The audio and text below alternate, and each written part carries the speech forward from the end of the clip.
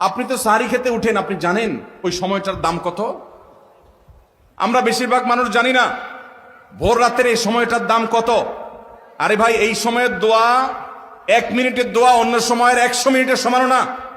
অন্য সময়ের 100 মিনিটও এই ভোর রাতের 1 মিনিটের সমান না। এত মূল্যবান সময়। সাহারি খেতে উঠছেন, সাহারি খান, ভালো কথা, কিন্তু সাহারি খাওয়ার আগে পরে 10টা মিনিট জায়নামাজে মুসল্লাতে দাঁড়ান, একটু 2 রাকাত নামাজ পড়ে।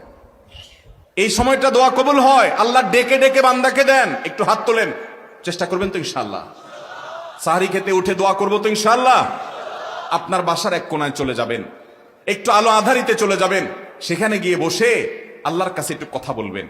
সেজদা চলে যাবেন, সেজদা গিয়ে আল্লাহর সাথে একটু মন খুলে কথা বলবেন। আল্লাহ, আমি অনেক গুনাহ করেছি, আল্লাহ আমি অনেক পাপিষ্ঠ। শুনেছি আপনার রাসূল জানিয়েছেন যে এই মাসে নাকি আপনি অনেক পাপিষ্ঠকে মাফ করে দিবেন।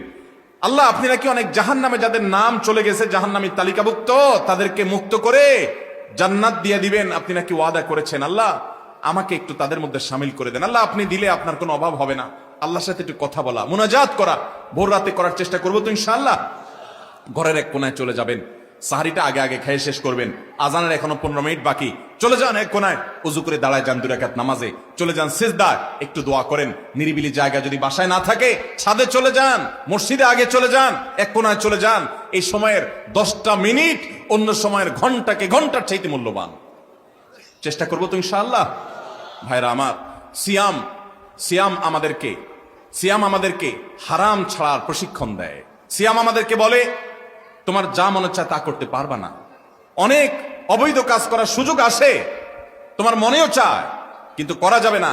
কারণ যে তুমি রোজা রয়েছো, রোজা রেখে তুমি ট্রেনিং নিয়েছো যে পানি থাকলেই খাওয়া পান করা যাবে না, খাদ্য থাকলেই খাওয়া যাবে না, ক্ষুধা থাকলেই খাওয়া যাবে না, আল্লাহর ভয়ে বেঁচে থাকতে হবে। এই বিষয়টাকে সামগ্রিক জীবনে অ্যাপ্লাই যেন করি, সেই শিক্ষাটাই রমজানের রোজা আমাদেরকে দেয়। আল্লাহ আমাদেরকে সেই শিক্ষা গ্রহণ করার তৌফিক দান করুন।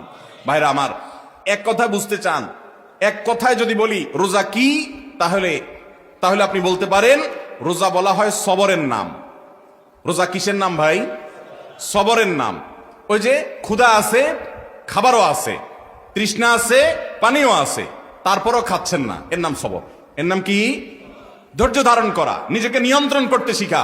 আমাদের যুবকদেরকে উচ্ছৃঙ্খল হওয়ার জন্য হাজারটা আয়োজন ভোগবাদী এই সমাজে আছে। ইসলাম শুধু বলে ভোগ নয়, ত্যাগ করতে শিখো, কন্ট্রোল করতে শিখো, নিয়ন্ত্রণ করতে শিখো নিজেকে।